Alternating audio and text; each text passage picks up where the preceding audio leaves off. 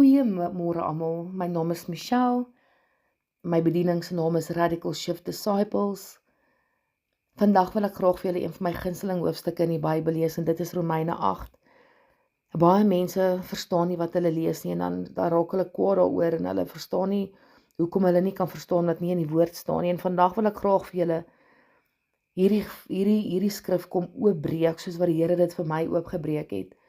Dit is een van my gunstelinge en dit het my al deur so baie tye gehelp om vas te hou aan die beloftes wat God het vir sy kinders, vir die mense wat in hom lewe. En ek wil julle moet julle Bybels nader trek, saam met my lees en mooi luister wat ek vandag vir julle gaan vertel en hoe die Here dit aan my geopenbaar het. Romeine 8 van vers 1 sê, daar is dus nou geen veroordeling vir die wat in Christus Jesus is nie.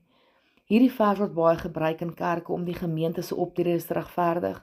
Mense dink omdat hulle kerk toe gaan elke Sondag en betrokke is by die kerk, goeie dade doen vir organisasies en ander mense, as hulle R5 vir die ou by die verkeerslig gee, is hulle 'n goeie mens en net soos Jesus, en dan het hulle 'n kaartjie hemel toe.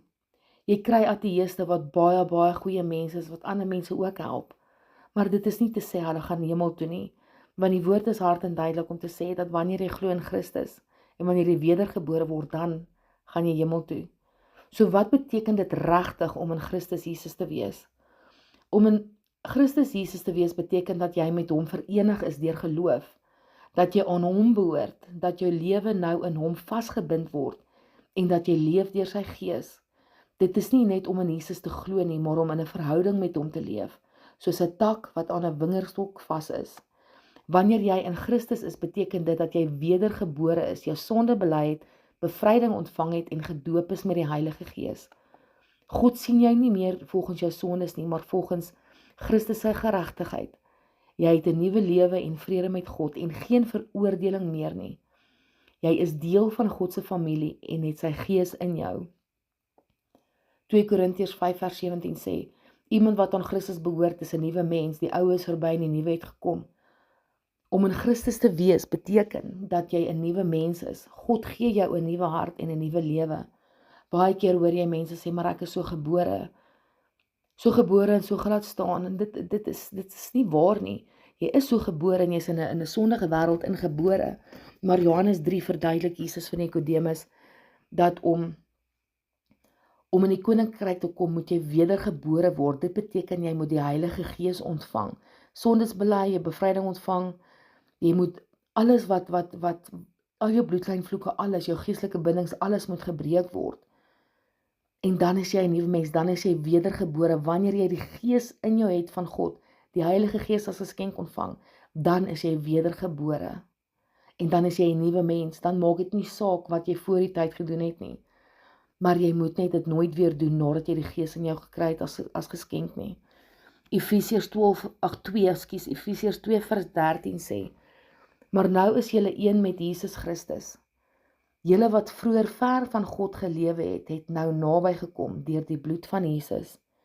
Deur Jesus se bloed het ons 'n verhouding met God. Ons is nie meer ver van hom af nie. Galasiërs 2 vers 20 sê, en nou is dit nie meer ek wat lewe nie, maar Christus wat in my lewe. Die lewe wat ek nou nog hier leef ek in die geloof in die Seun van God, wat sy liefde vir my bewys het deur sy lewe vir my af te lê. Wanneer jy in Christus is, leef jy nie meer volgens jou eie krag nie, maar deur hom wat in jou lewe. Efesiërs 1 vers 7 sê, deur die bloed van sy Seun is ons verlos en is ons oortredinge vergewe, kragtens die ryke genade van God. So om in Christus te wees beteken jy is vergewe en vrygemaak van skuld. Johannes 15 vers 4 tot 5 sê, bly in my en ek in julle. Ek is die wingerdstok. Julle is die lote, wie in my bly en ek in hom, hy dra baie vrugte. Jesus gebruik hier die beeld van die wingerdstok. Sonder hom kan ons niks doen nie. In Christus wees beteken om aan hom verbind te bly. Om in Christus te wees beteken jy het jou geloof in hom geplaas. Jy het vergifnis en nuwe lewe ontvang. God sien jou as regverdig in Christus.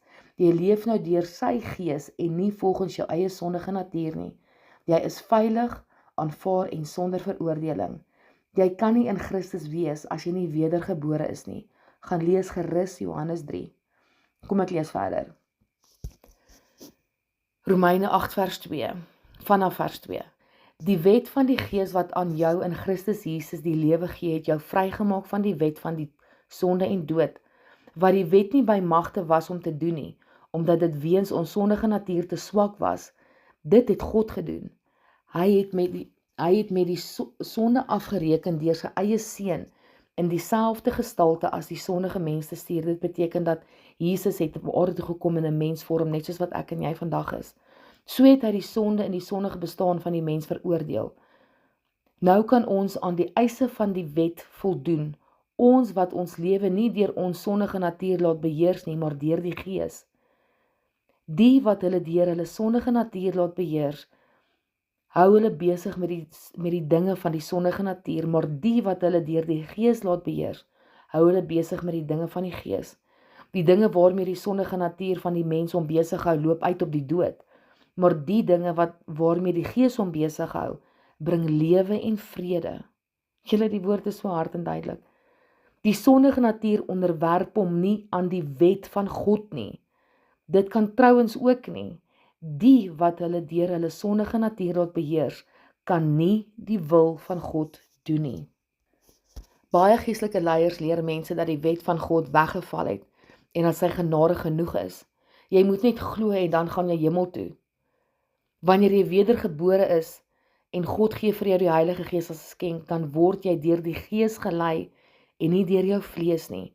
Wanneer jy steeds jou ou lewe in sonde en teen God se woord is, dan is dit onmoontlik dat jy deur die Gees gelei kan word. Die Bybel is nie vir die vlees geskryf nie, maar vir die Gees.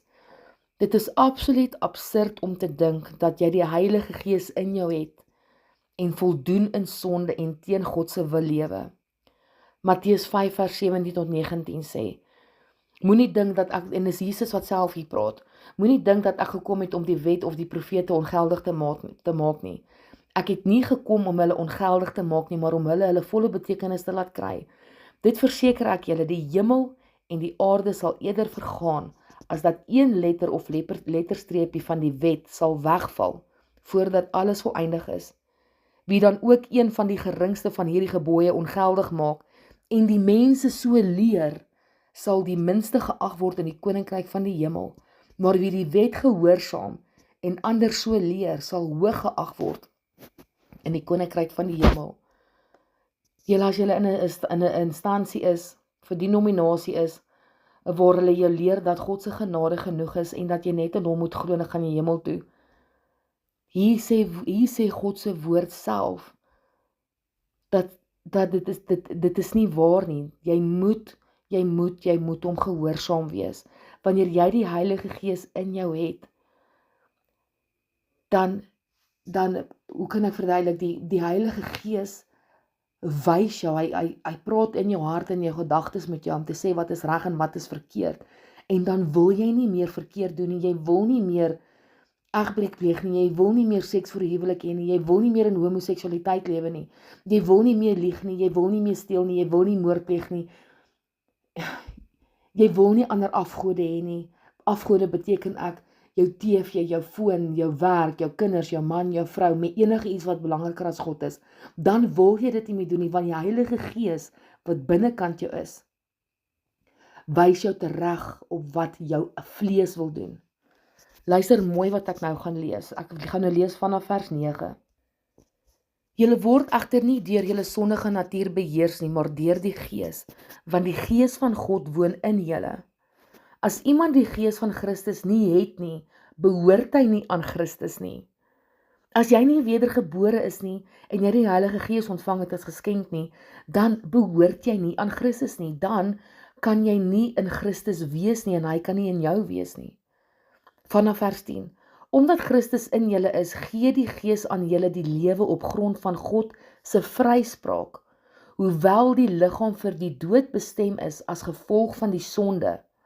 Omdat die Gees van hom deur wie Jesus uit die dood opgewek is, in julle woon, sal hy deur wie Christus uit die dood opgewek is, ook julle sterflike liggame lewend maak, deur sy Gees wat in julle woon. Daarom dan, broers, staan ons onder 'n verpligting, maar nie teenoor ons sondige natuur om daarvolgens te lewe nie. As julle julle lewe deur die sondige natuur laat beheers, gaan julle die dood tegemoet. Maar as julle deur die Gees 'n einde maak aan julle sondige praktyke, sal julle lewe. Almal wat hulle deur die Gees van God laat lei, is kinders van God. Die Gees wat aan julle gegee is, maak julle nie tot slawe nie en laat julle nie weer in vrees lewe nie. Nee, julle het die Gees ontvang wat julle tot kinders van God maak en wat ons tot God laat roep. Abba, dit beteken Vader. Hierdie Gees getuig saam met ons gees dat ons kinders van God is. En omdat ons kinders is ons ook erfgename. Ons is erfgename van God, erfgename saam met Jesus Christus. Aangesien ons deel het aan sy lyding, sal ons ook deel hê aan sy heerlikheid. Daar staan dat ons is nie meer slawe nie, beteken dit, as ons God se Gees in ons het, as ons die Heilige Gees in ons het, dan is ons nie meer slawe van die sonde nie. Dan het die sonde geen reg oor ons nie. Wanneer jy jouself as 'n Christen sien, moes jy deur wedergeboorte gegaan het, sondebelydenis gedoen het, bevryding gedoen het en deur die Gees gedoop gewees het deur God homself, want jy gaan nie die Heilige Gees nêrens anders kry nie. As jy nie een van die dinge gedoen het wat ek nou genoem het nie, dan het jy probleme.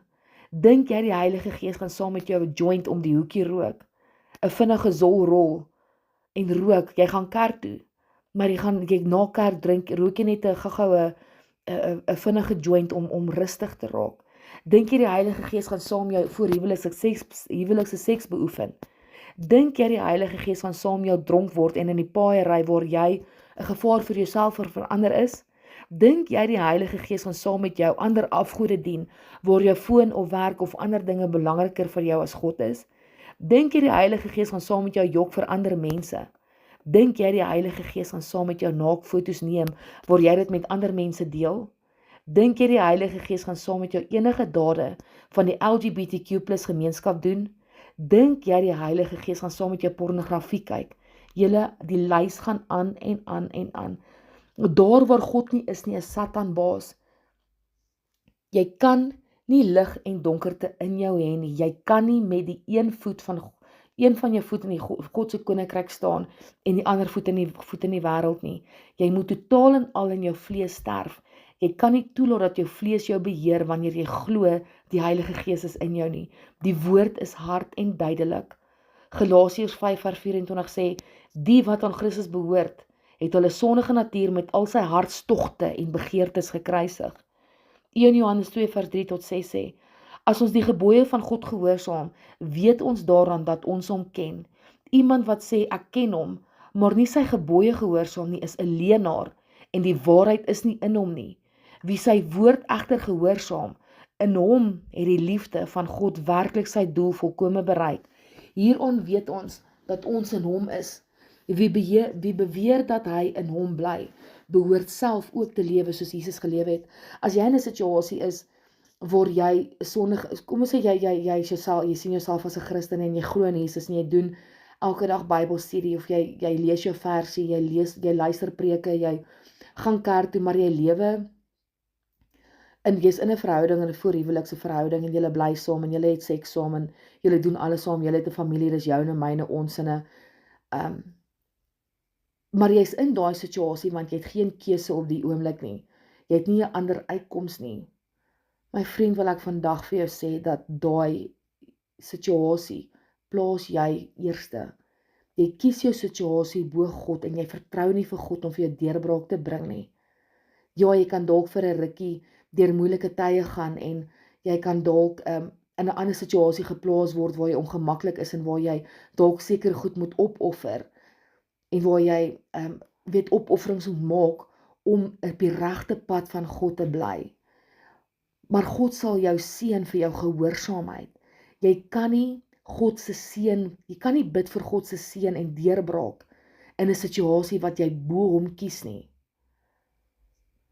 Kom ons lees verder. Romeine 8 vanaf vers 18.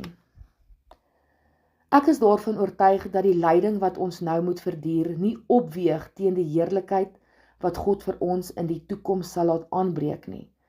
Ek wil net nog een ding sê, as jy in hierdie situasie is wat ek nou genoem het,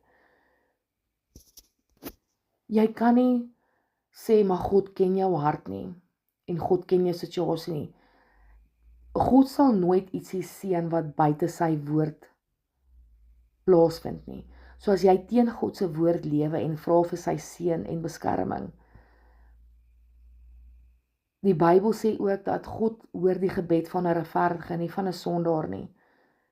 En wil ek vandag vir jou sê dat jy sal 'n keuse moet maak.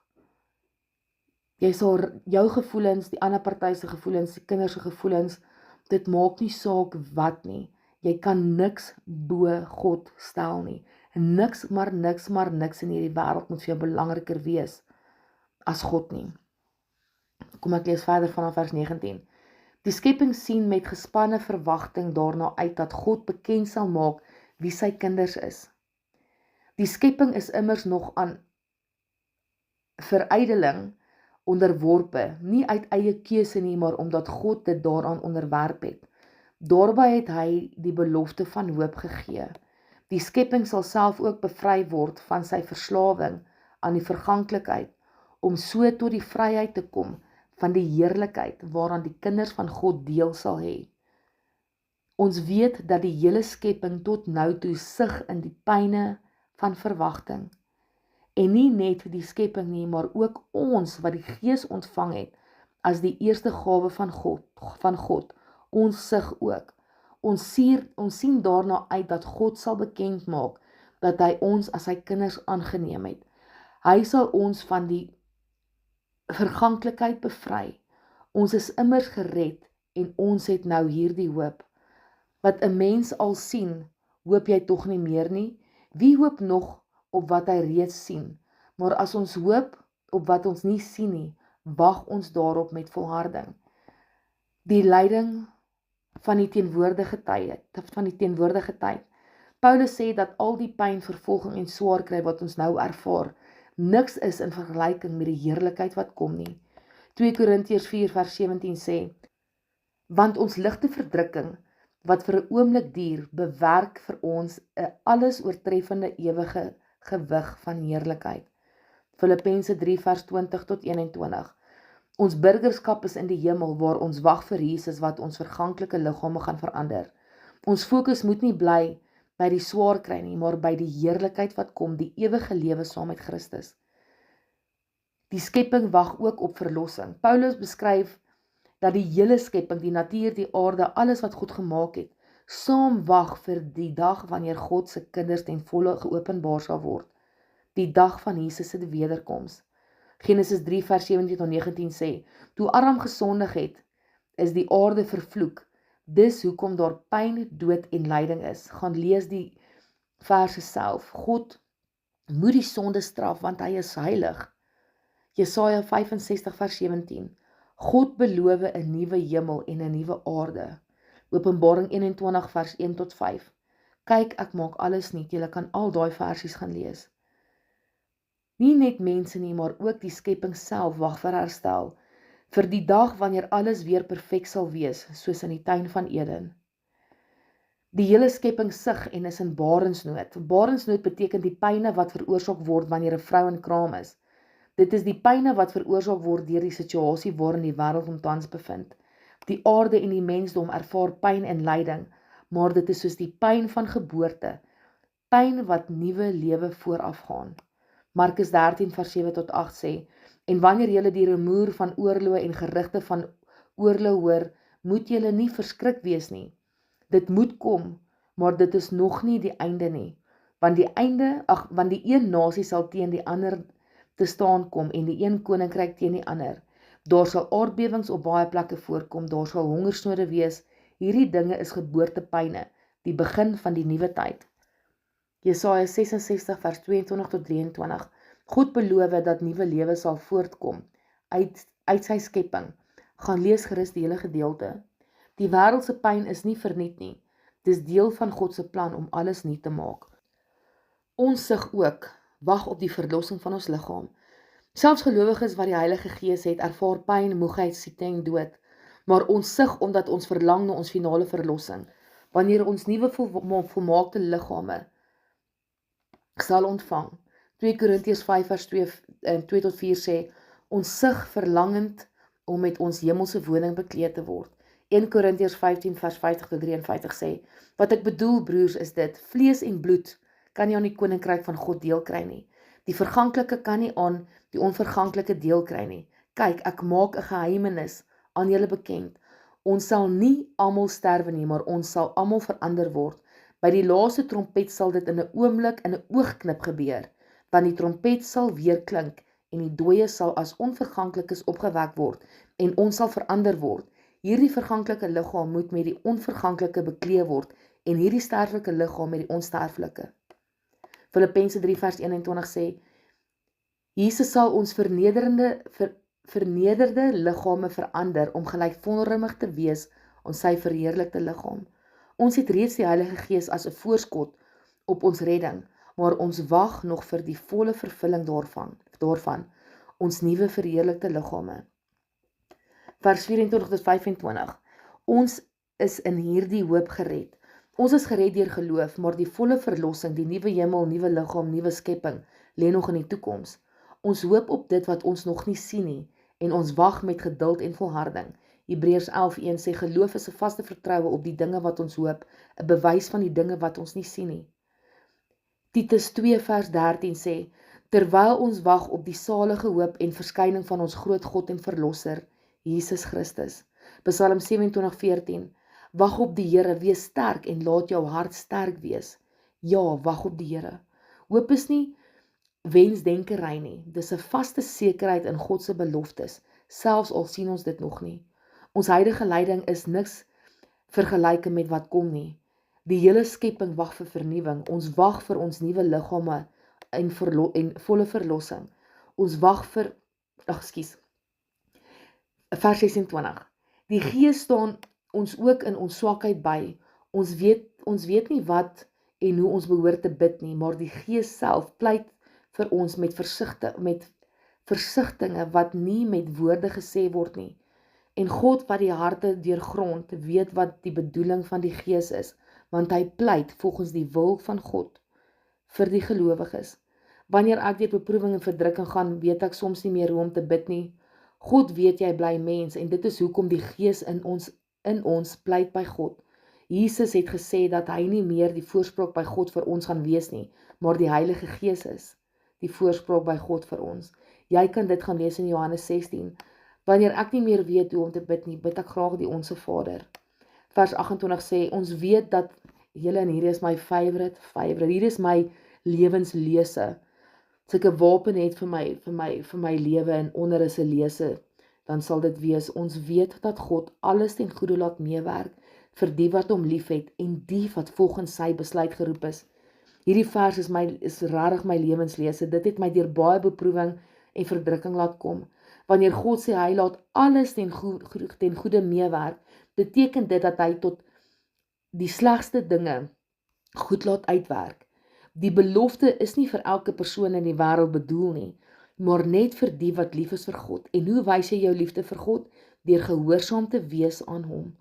Die mense wat gehoorsaam is aan God, is die warm Christene, nie die lou Christene nie. Die opregte kinders van God, die wat hulself as lewendige heilige offer aan God gegee het, soos dit gestaan is in Romeine 12 vers 1 tot 2.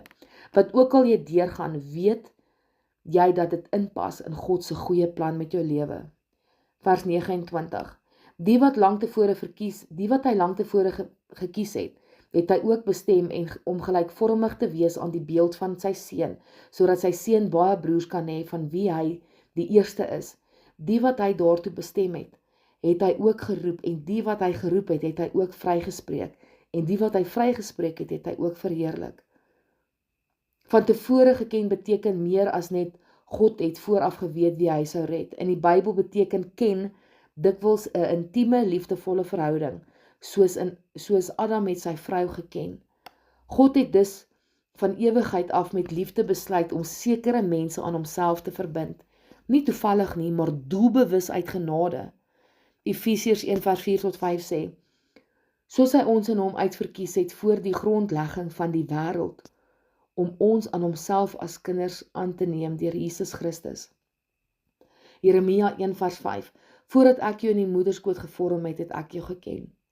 2 Timoteus 1 vers 9, God het ons geroep met 'n heilige roeping, volgens sy eie voorneme en genade, wat ons in Christus Jesus gegee is, voor die tyd van die eeue. God het sy kinders van ewigheid af gekies en liefgehad. Hy ken hulle persoonlik. Hierdie gedeelte is vir my so mooi. Ek ken mense wat nie van hulle verjaarsdag hou nie, en dit nie eers wil vier nie. Hulle wil nie sê mense moet vir hulle sê happy birthday nie. Persoonlik vir my is dit die dag van vieringe, juis oor die gedeelte wat ek nou gelees het. Dat God my gekies het voor die grondlegging van die aarde. Wanneer jy onseker is oor wat jou doel hier op aarde is en wat jy vir God moet doen, kom tot inkeer en draai jou lewe om sodat jy God se stem kan hoor en kan weet wat hy van jou verwag. Die feit dat jy gebore is 'n wonderwerk op sy eie. Jy kan nie omdat jy verjaarsdag haat, dit nie wil vier nie. God het jou in hierdie wêreld, ons is gebore vir 'n tyd soos nou. God wil ons gebruik. Jy is gebore om gebruik te word. Wanneer jou hart opreg is, weet God dit en hy roep jou tot voordeel van sy koninkryk. God se doel is dat ons soos Jesus moet word in karakter, heiligheid en liefde. Dit is die uiteindelike doel van elke gelowige om gelykvormig te wees aan Christus. Efesiërs 2 vers 10. Want ons is sy maaksel, geskape in Christus Jesus vir goeie werke. 1 Johannes 3 vers 2. Wanneer hy verskyn sal ons aan hom gelyk wees, want ons sal hom sien soos hy is. Filippense 3 vers 21. Hy sal ons vernederde liggame verander om gelykvormig te wees aan sy verheerlikte liggaam. God se plan vir jou is nie net om jou te red nie, maar om jou te verander, om jou soos Jesus te maak. Wie wil nie soos Jesus wees nie? Ek kan nie dink om soos enige iemand anders te wil wees nie. Ek wil nie soos myself wees nie. Ons grootste doelwit in die lewe moet wees om meer soos Jesus te wil wees. Jesus is die eerstgeborene in die sin dat hy die eerste en die hoogste is onder almal wat aan God behoort. Hy is die voorbeeld en leier van God se familie. Kolossense 1 vers 15 en 18. Hy is die eerstgeborene van die hele skepping, die eerstgeborene uit die dode. Hy is die eerste een wat uit die doodheid opgewek is deur God. Hebreërs 2 vers 11. Hy skaam hom nie om hulle broers te noem nie. Jesus is ons oudste broer in die geestelike familie van God. Hy is die eerste wat opgestaan het uit die dood en ons volg in sy voetspore. Vers 30 sê, en die wat hy van tevore bestem het, die het hy ook geroep. Hier begin Paulus wys hoe God se plan ontvou in die lewe van 'n mens. God besluit van ewigheid af om jou te roep. In jou lewe roep hy jou deur sy woord en gees na hom toe.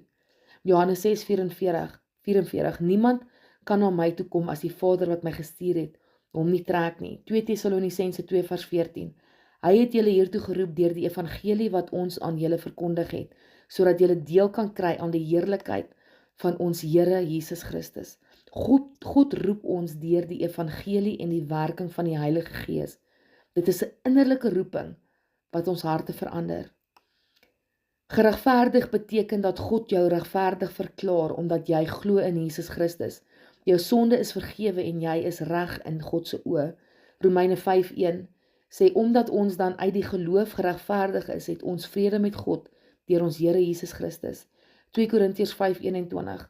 Christus was sonder sonde, maar God het hom in ons plek as sondaar behandel, sodat ons deur ons eenheid met Christus deur God vrygespreek kan wees. Wanneer jy glo, sien God nie meer jou sonde nie. Hy sien Christus se geregtigheid in jou plek. God gaan ons eendag volmaak maak en ons saam met Christus in heerlikheid laat deel. Let op dat Paulus sê, hy het ook verheerlik. Dit is in die verlede tyd. Dit is seker in God se oë, al het dit nog nie gebeur nie. Filippense 3 vers 20 tot 21 sê, ons wag vir die Here Jesus Christus wat ons liggame sal verander om gelykvormig te wees aan sy verheerlikte liggaam. Kolossense 3:4. Wanneer Christus wat julle lewe is verskyn, dan sal julle ook saam met hom deel hê aan sy ewige heerlikheid. Sal julle nadat julle 'n kort tydjie gelei het, self weer oprig en julle moedig sterk en standvastig maak. Ons toekoms by God is so seker dat Paulus dit beskryf asof dit reeds gebeur het. God ken en kies sy kinders met liefde van ewigheid af. Hy besluit dat ons soos Christus sal word. Hy roep ons deur sy woord en gees. Deur geloof verklaar hy ons regverdig. Hy maak ons volmaak en deel van sy heerlikheid. God het jou geken, gekies, geroep, vergewe en hy sal jou eendag volmaak maak. Alles begin en eindig by hom. Dit wys dat ons verlossing volkome uit genade is, nie uit ons eie pogings nie. Jy moet vandag kies of jy die ewigheid saam met God wil wees en of jy ewigheid sonder hom gaan wil wees.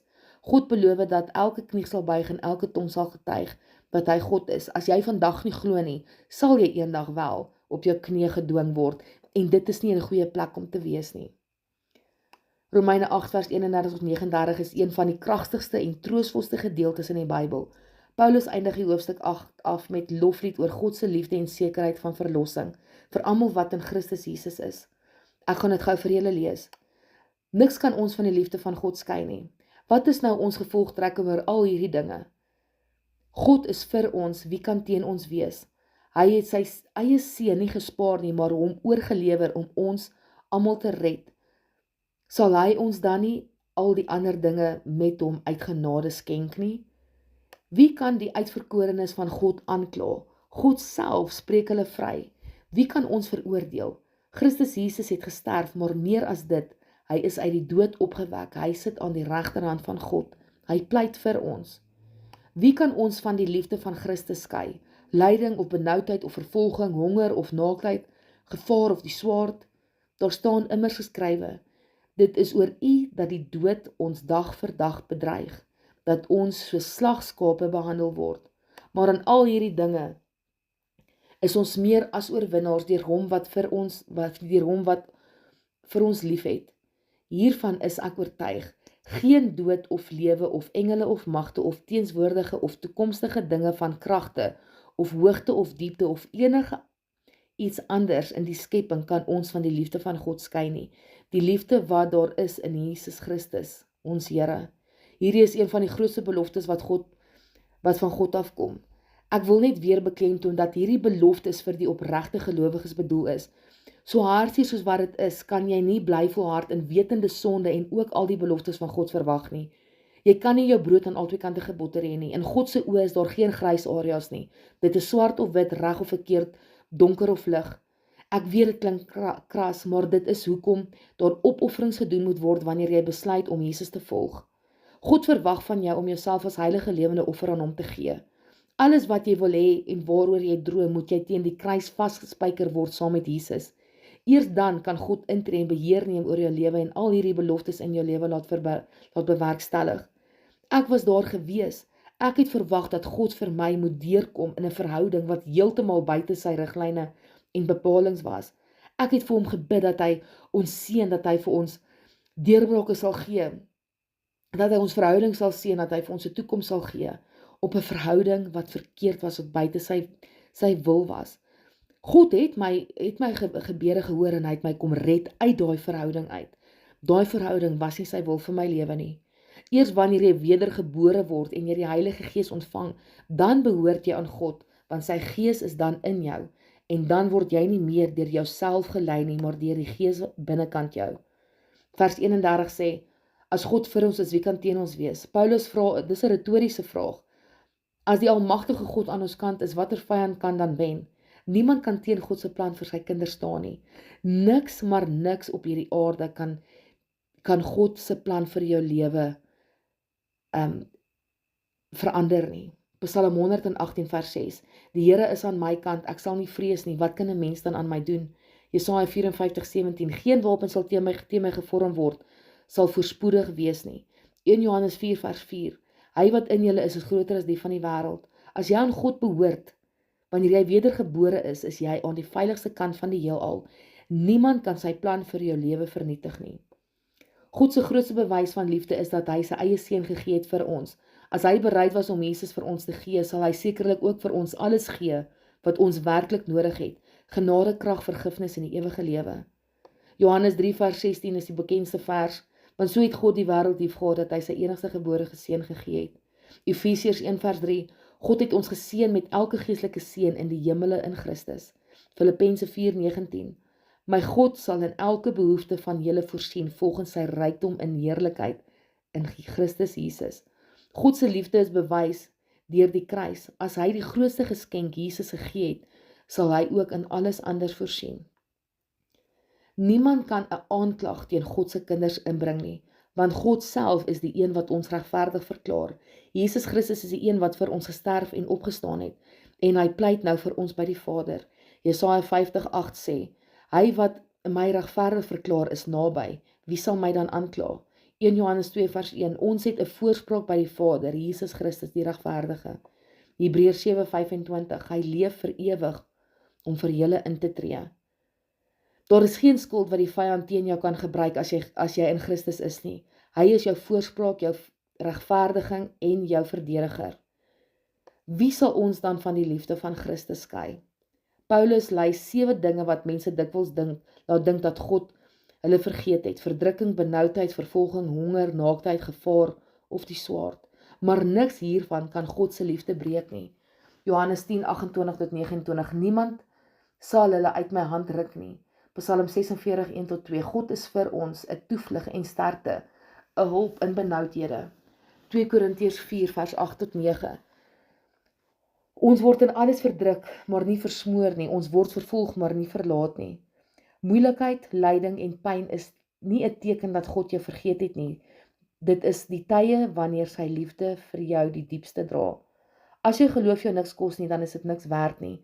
Wanneer jy 'n wedergebore kind van God is en 100% heiligmaking nastreef en deur beproewing en verdrukking gaan, moet jy weet dat jy iets reg doen. Net soos Job gaan Satan in die troonkamer in en probeer regte opeis om die lewe vir ons moeilik te maak, sodat ons geloof getoets kan word. As jy nog nie wedergebore is nie en gaan deur moeilike tye, dan het die Satan regte oor jou wat deurkom in jou bloedlyne of deure wat jy self oopgemaak het deur jou sonde. Dan kan Satan jou aankla en enige iets aanvra om aan jou te doen. Wanneer jy wedergebore is en jou bevryding ontvang het, dan het die Satan geen regte oor jou nie, want jy beweeg onder God se beskermingsvlerk, maar jy kan deur beproewing en verdrukking gaan om jou geloof te toets, net soos Job se geloof getoets was. Vers 36, om u ontwil word ons gedood. Hier haal Paulus Psalm 24:22 aan, hy wys dat selfs gelowiges soms swaar ly ter wille van God, maar selfs dan bly ons onder die liefde en sorg. Matteus 5:10-12, salig is die wat vervolg word ter wille van geregtigheid. Johannes 16:33, in die wêreld sal julle verdrukking hê, maar hou moed, ek het die wêreld oorwin. God se kinders is nie vrygestel van swaar kry nie, maar selfs lyding kan ons nie van God se liefde skei nie. Ons wen nie net deur swaar kry te oorleef nie, ons oorwin dit, omdat Christus se liefde ons sterker maak as enige omstandigheid. 1 Johannes 5:4, want alles wat uit God gebore is, oorwin die wêreld. 2 Korintiërs 2:14, maar aan God die dank, hy voer ons altyd saam in sy triomftog, omdat ons een is met Christus. Filippense 4:13, ek is alles in staat deur Jesus wat my krag gee. God gee nie net oorlewing nie, hy gee oorwinning. Ons is meer as oorwinnaars, omdat sy liefde onoorwinlik is. Vers 38 en 39, niks sal ons skei van die liefde van God nie. Paulus sluit af met 'n groot verklaring van geloof. Geen dood, lewe, engele, demone, magte, tyd, ruimte of enige skepsel kan ons van God se liefde in Christus skei nie. God se liefde is sterker as enige mag in die heelal. As jy in Christus is jy vir ewig veilig in sy hande. Jonas 1:24, aan hom wat mag het om julle van struikelinge te bewaar. Johannes 10 vers 28-29, ek gee hulle die ewige lewe en hulle sal nooit verlore gaan nie. God is vir jou, niemand kan jou van sy liefde wegneem nie. Jesus het vir jou gesterf, staan vir jou in en hou jou vas. Maak nie saak wat gebeur nie, sy liefde is sterker as alles. Dalk sit jy vandag en jy weet nie of jy in Christus is nie. Dalk voel jy nog vasgevang in skuld, vrees of eensaamheid. Dan sê God se woord vir jou vandag, as God vir jou is, wie kan teen jou wees? Hy het sy eie seun gegee vir jou. En as jy jou hart oopmaak vir Jesus, dan sal niks, nie dood of lewe of enigiets anders jou ooit weer van sy liefde skei nie. Kom na hom toe en ontdek die lewe van oorvloed, vrede en sekerheid wat net in Christus Jesus gevind kan word. Here, dankie dat U liefde sterker is as dood, groter as ons foute en dieper as ons pyn. Dankie dat daar geen veroordeling is vir die wat in U is nie en geen skeiding van U liefde is nie. Help ons om vandag te leef as kinders van U Gees, vry, seker en vol hoop. In Jesus se naam. Amen.